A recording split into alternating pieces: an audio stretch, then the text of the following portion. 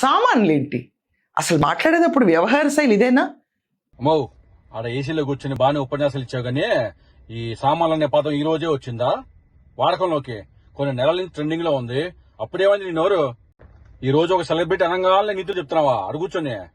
ఆ శివాజీ గారు అన్న మాట ఒక వ్యక్తినే బాధించాయి. కానీ నువ్వు మీ ఎల్లో మీడియా రన్ చేసిన న్యూస్ వల్ల ఒక పేద కుటుంబం చిన్న భిన్నం అయిపోతా ఉంది. ముందు దీనికి ఆన్సర్ చెప్పు. నువ్వు చెప్పావే అజయ్ దేవా, ఆ పిల్లవాడి సిస్టరు ఏదో అడుగుతుంది, దానికి ఆన్సర్ ఉందా నీ దగ్గర? నా పేరు పి రజిత, మాది ముత్యాలవారిపల్లి, తనకల్లు మండలం. మా అన్న అజయ్ దేవా, నేను వాళ్ళ సిస్టర్ని మాట్లాడుతున్నాను. మొన్న ఏదో జగన్ బర్త్డే అని కేక్ కట్ చేసుకుంటుంటే ఏదో మా అన్న కుర్రతనంగా వచ్చి కేక్ తినడానికే వచ్చాడు తప్ప మా అన్న వైఎస్ఆర్ పార్టీ కానే కాదు. వాళ్ళంతా ఏదో మనసులో పెట్టుకొని ఉద్దేశపూర్వకంగా చేశారు. అవన్నీ పాత కక్షలన్నీ పెట్టుకొని అసలు మా అన్న ఆమెను తన్నలేదు, కింద పడేయలేదు, అసలు కట్టితోనూ కొట్టలేదు.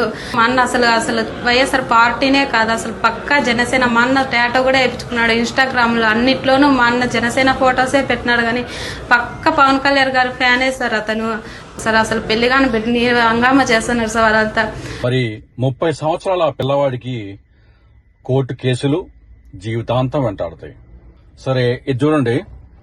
ఈ వీడియో ఆ అబ్బాయిని కొట్టి రోడ్డు మీద తీసుకెళ్తున్న వీడియో.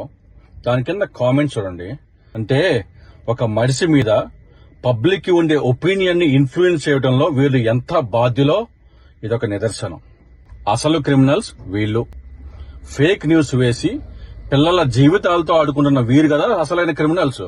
పబ్లిక్ లో జడ్జిమెంట్ ఇచ్చిన పోలీసులు మరి ఆ కుటుంబానికి జరిగిన పరువు ప్రతిష్ట భంగం. ఇదంతా ఈ న్యూస్ వేసే ముందు వీళ్ళు ఆలోచిస్తారా?